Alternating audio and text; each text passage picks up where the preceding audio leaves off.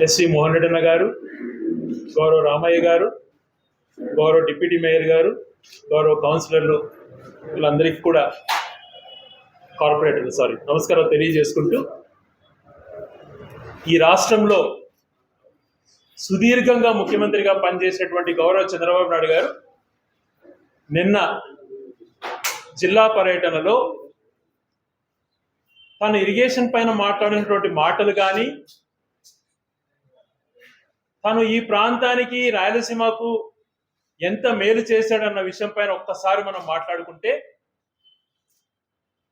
భగవంతుడు ఎక్కువ కాలం ఉమ్మడి రాష్ట్రానికి కానీ విడిపోయిన రాష్ట్రానికి కానీ ఎక్కువ సమయం ముఖ్యమంత్రిగా ఉండే అవకాశాన్ని గౌరవ చంద్రబాబు నాయుడు గారికి ఇచ్చారు ప్రజలు కానీ భగవంతుడు కానీ.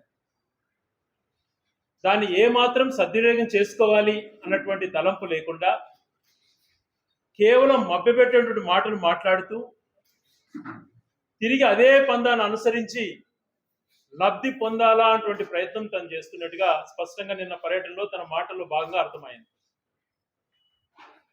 16 సంవత్సరాల పైగా ఉమ్మడి రాష్ట్రానికి కానీ విడిపోయిన ప్రాంతానికి ముఖ్యమంత్రిగా ఉన్నటువంటి వ్యక్తి తన పేరుతో ఒక్క ప్రాజెక్టు కూడా కనీసం నామకరణ చేసిన పరిస్థితి లేదు, స్టార్ట్ చేసిన పరిస్థితి లేదు.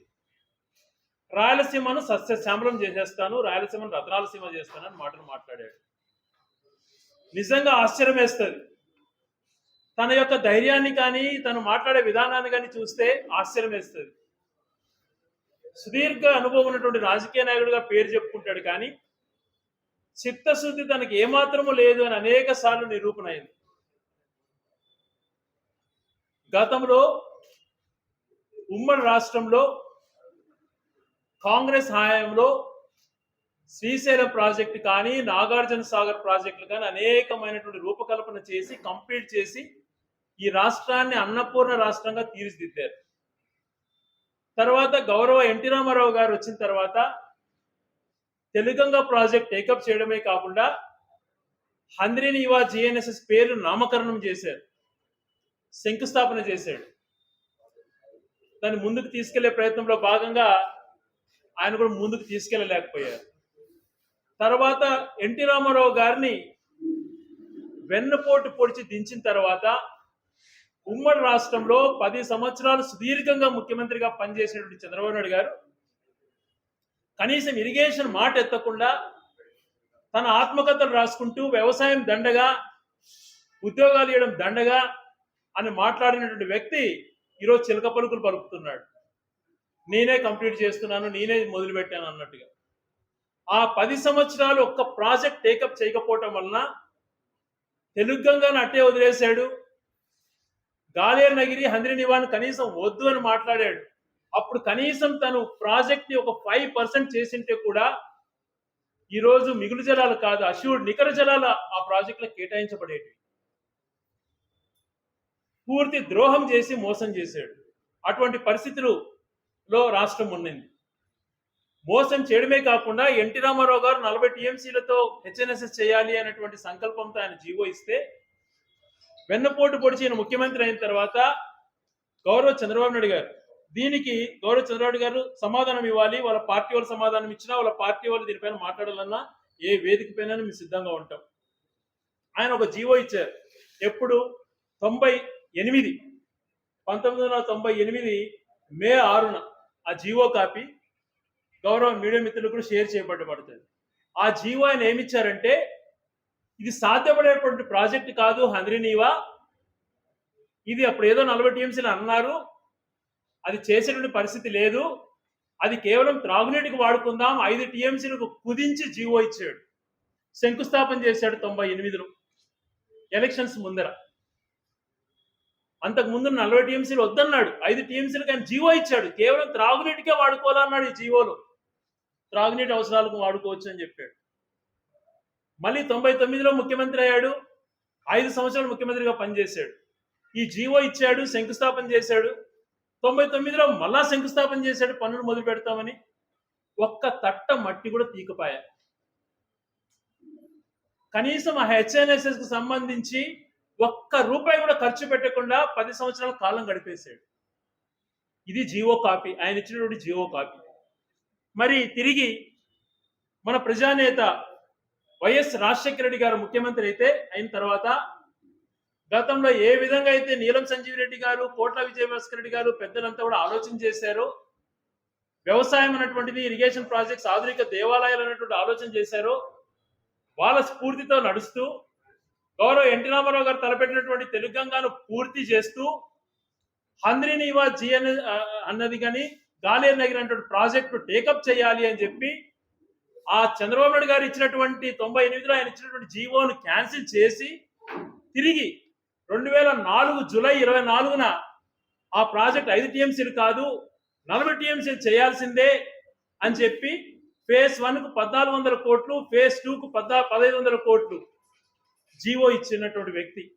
ముఖ్యమంత్రి అయింది మేలో, జూలైలో 2 మాసాలకే ఈ జీవో కాపీని తీసుకొచ్చి యుద్ధ ప్రతిపదికమైన పనులు స్టార్ట్ చేయించాడు. హంద్రీనీవా, గాలేరు నగర్ రెండు కూడా.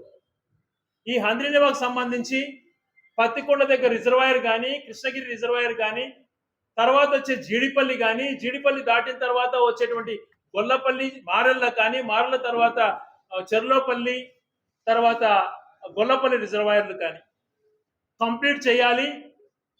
గొల్లపల్లి వరకు నీళ్ళు ఇవ్వాలి, 5 ఏళ్లలోనే కంప్లీట్ చేయాలన్నటువంటి సంకల్పంతో ఆయన ముందుకు చేశాడు. దాదాపుగా కంప్లీట్ చేయడానికి ప్రయత్నం చేశాడు.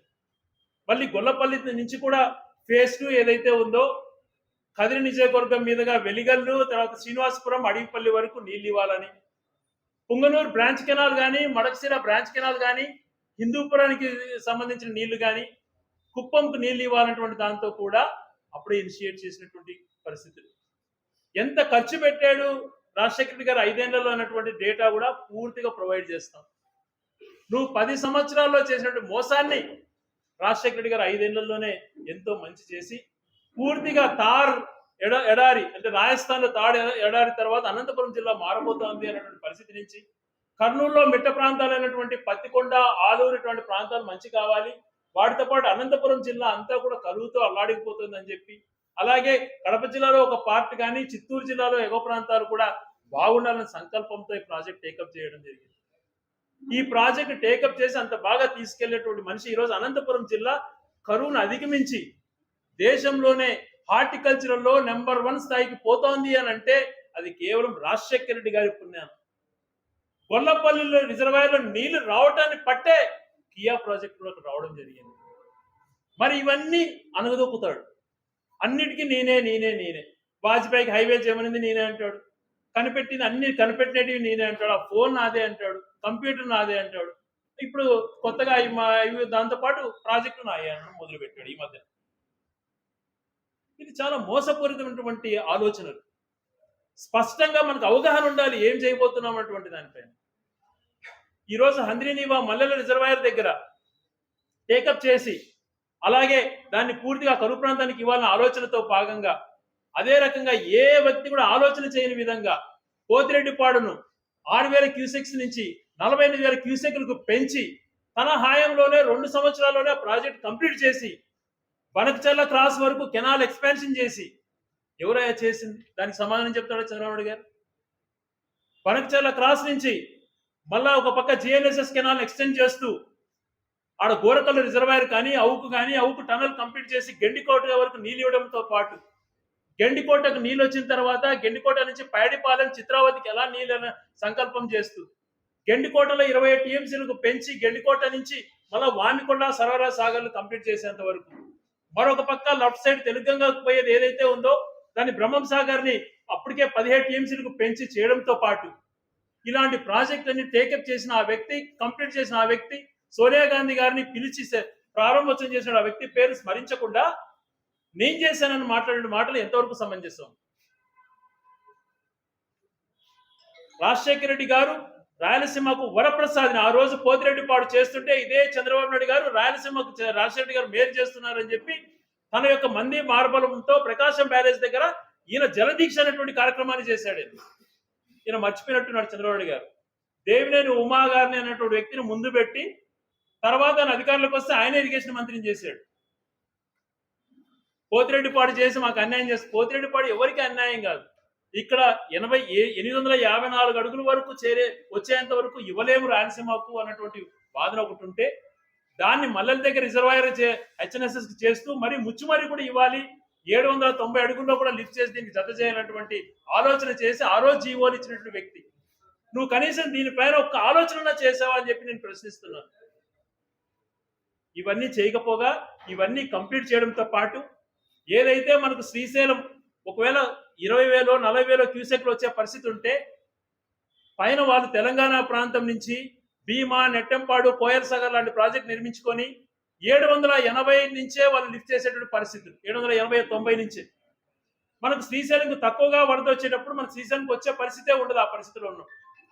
అందులో భాగంగానే మనం ఆ రోజు మల్లెల దగ్గర చేసుకోవచ్చు, ప్లస్ ముచ్చుమరికి లింక్ చేసినటువంటి పరిస్థితి. ఇన్ని గొప్ప ఆలోచనలతో రాజశేఖర్ గారు ముందుకెళ్లారు. తర్వాత దాన్ని కంటిన్యూషన్ చేయాలన్నటువంటి సంకల్పంతో గౌరవ కిరణ్ కుమార్ రెడ్డి గారు కూడా హెచ్ఎన్ఎస్ఎస్ కొన్ని నిధులు కేటాయించి ముందుకు తీసుకెళ్లారు. ఆ రోజు మల్లెల వరకు మల్లెల నుంచి నీళ్లు వదిలిన తర్వాత రాజశేఖర్ గారు కంప్లీట్ చేసి దాన్ని ప్రారంభోత్సవం చేద్దాం అనుకునే లోపల ఆయన మరణ వార్త మనం విన్నాం. ఆయన కూడా ఆయన మరణానికి కారణం కూడా ఈ ప్రాంతంలో నీళ్లు ఎలా ఉన్నాయో చూసిపోవాలన్న ఆలోచన ఆయన. అప్పటిదాకా సెప్టెంబర్ దాకా పెద్ద వర్షాలు రాలేదు. సెప్టెంబర్ ఫస్ట్ వీక్ లో ఆగస్ట్ ఎండ్ లో వర్షాలు పడ్డాయి అని చెప్పి ఆయన తిరుపతికి పోతా మా శ్రీశైలం నీళ్ళు ఎంతవరకు వచ్చినాయి, మా రాయలసీమ ప్రాంతానికి నీళ్ళు ఎలా ఇవ్వచ్చు, ఆ ప్రాంతంలో చూసిపోవాలని చెప్పి పైలట్కి ఆదేశాలు ఇవ్వడంతోనే ఆయన ప్రమాదంలో చనిపోయారు. అటువంటి గొప్ప సంకల్పం ఉన్నటువంటి వ్యక్తి వైఎస్ రాజశేఖర రెడ్డి గారు. మరి అలాగే ఆ రోజు 2012లో అనంత వెంకటరామరెడ్డి గారు కానీ రఘువీరారెడ్డి గారు కానీ నీళ్లు వదిలి జీడిపల్లి వరకు నడుచుకుంటా పోయారు. గొల్లపల్లి వరకు నీళ్ళు ఇవ్వాలన్న సంకల్పంతో అప్పుడే చేసినటువంటి విషయాలు ఈ గౌరవ పాత్రికేయ మీద, ఎందుకంటే ఇక్కడ ఉన్న వాళ్ళందరూ కూడా సీనియర్ వ్యక్తులు, మీకు అందరికీ దానిపైన తెలిసి ఉంటుంది. నిన్నగాక మనం వచ్చాడు విజయవాడ నుంచి శ్రీశైలం గేట్లు ఎత్తుతా అన్నాడు. ఓకే, గేట్లు ఎత్తాడు పోనీ అనుకుందాం. మళ్ళీ ఢిల్లీ నుంచి ఇక్కడికి వచ్చి మల్లెల రిజర్వాయర్ 10 ఏళ్ళ నుంచి వదులుతున్నారు. ఇక్కడ వచ్చేసి మల్లెల నేనే చేశానంటే చెప్పేటువంటి పరిస్థితి తీసుకొచ్చాడు. ఎవరిని మోసం చేయడానికి? మరి ఈ 2 జీవోలు రాజశేఖర్ గారు ఇచ్చినటువంటి 2004లో జీవో ఏంటి, 98లో నువ్వు ఇచ్చిన జీవో ఏంటి? దీనిపైన ఒకసారి సమాధానం చెప్పు. నీకు ఇరిగేషన్ పైన అవగాహన ఉంది. వీటన్నిటిని ఒక ఎత్తుగా రాజశేఖర రెడ్డి గారు సంకల్పించి చేస్తే నువ్వు నిర్వీర్యం చేసి మళ్ళా రాష్ట్రాన్ని విడిపోయిన తర్వాత కూడా ఏమీ చేయకుండా ఊరికే మట్టి పనులు చేసుకుంటూ బిల్లులు చేసి అవినీతిమయం చేశారు. తర్వాత జగన్మోహన్ రెడ్డి గారు ముఖ్యమంత్రి అయిన తర్వాత వాళ్ళ తండ్రి ఆశయాలను ముందుకు తీసుకునే ఆలోచనతోనే ఆర్డిఎస్ కానీ తర్వాత ఉన్నటువంటి పోతిరెడ్డిపాడు 254 వరకు మనం 854 వరకు మనం చేయలేం కదా, అంతవరకు కిందిలో ఏమో తెలంగాణలో ఎత్తుకుపోతున్నారు అని చెప్పి ఒక రాయలసీమ దుర్భిక్ష పరిస్థితి కార్పొరేషన్ అటువంటిది, రాయలసీమ డ్రాట్ మిటిగేషన్ ప్రాజెక్ట్ అనేటువంటిది ఒక కార్పొరేషన్ మొదలు పెట్టాడు. దాని ఎస్పీవి స్పెషల్ పర్పస్ వెహికల్ చేసి దాంట్లో 33 ప్రాజెక్టులు టేకప్ చేసి 40,300 కోట్లు ఖర్చు పెట్టాలని ఇనిషియేట్ చేశారు. అందులో భాగంగా రాయలసీమ లిఫ్ట్ ఇరిగేషన్ 770-80 నుంచే మనం కింది నుంచే నీళ్లు లిఫ్ట్ చేసుకుంటే 80,000 క్యూసెక్లు పోతిరెడ్డి రాయలసీమ లిఫ్ట్ ఇరిగేషన్ ద్వారా మనం తరలించుకుంటే ఈ ప్రాంతాన్ని అంతా సస్యశాలం చేయొచ్చినటువంటి ఆలోచన. దానికి 800 కోట్ల పైగా ఖర్చు పెట్టి వర్క్ కూడా సుమారు కంప్లీట్ అయింది. ఈ రోజు కేంద్ర ప్రభుత్వం అంతా వీళ్ళు చెప్పు చేతుల్లో ఉంది. మరి ఈరోజు ఎన్విరాన్మెంటల్ క్లియరెన్స్ దానికి ఇవ్వలేదు అని చెప్పి దాన్ని పక్కన పెడతారట. బనకచర్ల అనేటువంటిది కొత్త కాన్సెప్ట్ తీసుకొస్తాడు. పోలవరం నుంచి బనకచర్ల తీసుకొస్తారు. ఆ బనకచర్ల ఎప్పటి నుంచో ఉంది, దాన్ని వైడెన్ చేసింది రాజశేఖర్ గారు. పోతిరెడ్డిపాడు నుంచి వస్తాయని మనకు తెలుసు. పోయిన సంవత్సరం శ్రీశైలం 9 నెలలు ఇన్ఫ్లో వచ్చింది, బయటకు వదులుతూనే ఉన్నాం. లాస్ట్ 1 నెలలో తెలంగాణ ఇరిగేషన్ కోసం మొత్తం నీళ్లు ఖాళీ చేస్తారు. ఇటువంటి పరిస్థితులలో మన ప్రాంతం వాళ్ళు బతకాలంటే ఆ రాయలసీమ లిఫ్ట్ ఇరిగేషన్ ఎంతో అనువైనటువంటిది.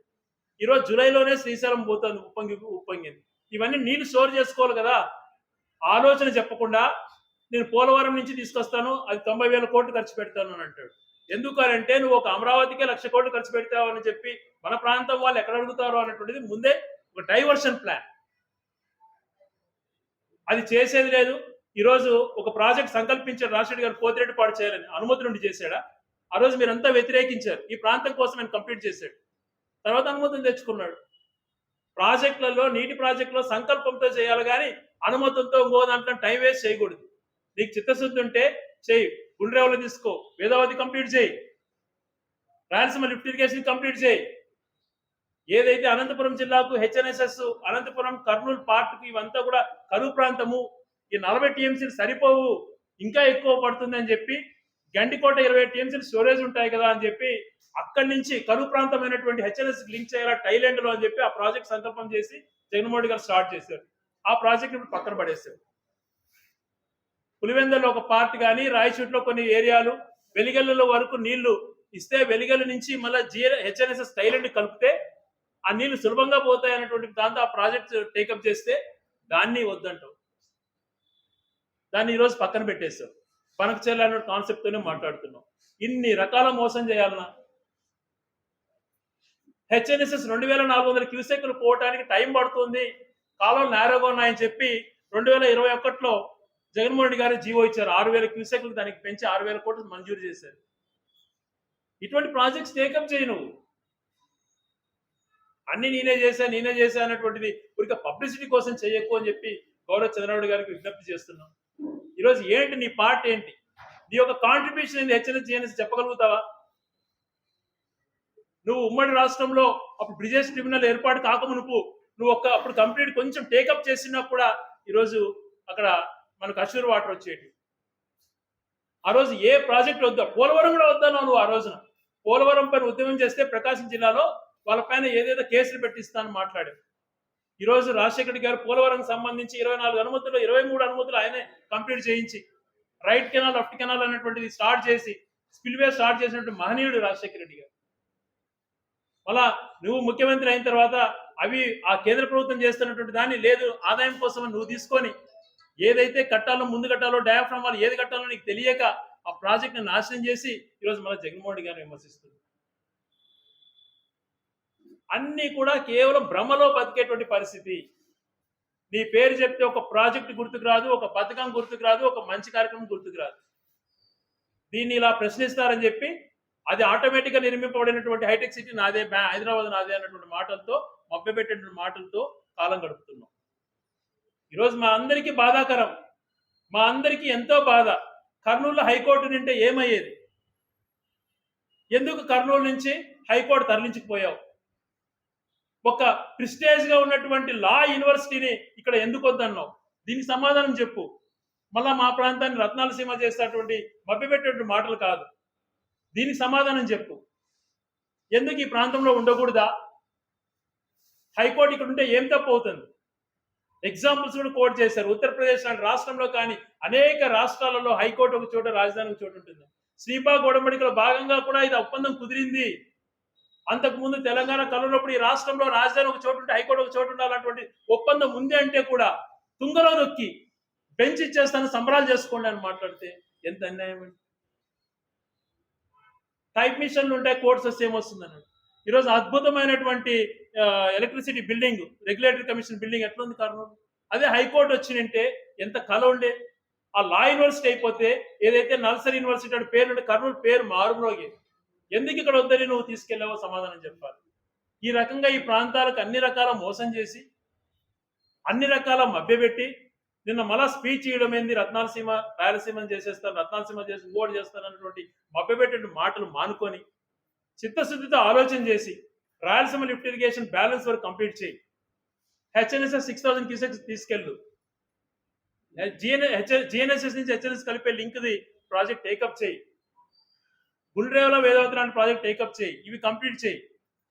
వీటిపైన ఆలోచన చేయమని చెప్పి గౌరవ చంద్రబాబు గారికి విన్నమిస్తూ మభ్యపెట్టే మాటలు ఇతరులు చేసినటువంటి కార్యక్రమాన్ని నీ ఖాతాలో వేసుకోవాలన్నటువంటి ఆలోచన మానుకొని అదేదో సామర్థ్యం ఎవరికో పుట్టిన బిడ్డ నా బిడ్డను ఎత్తుకున్నట్టు ఎవరో మంచి చేసిన కార్యక్రమాలను నువ్వు తీసుకొని అన్ని నువ్వు ఓన్ చేసుకోవాలన్నటువంటి ప్రయత్నం మానుకొని ఇప్పటికైనా చిత్తశుద్ధి ఆలోచన చేయమని గౌరవ చంద్రబాబు గారికి విజ్ఞప్తి చేస్తున్నాను.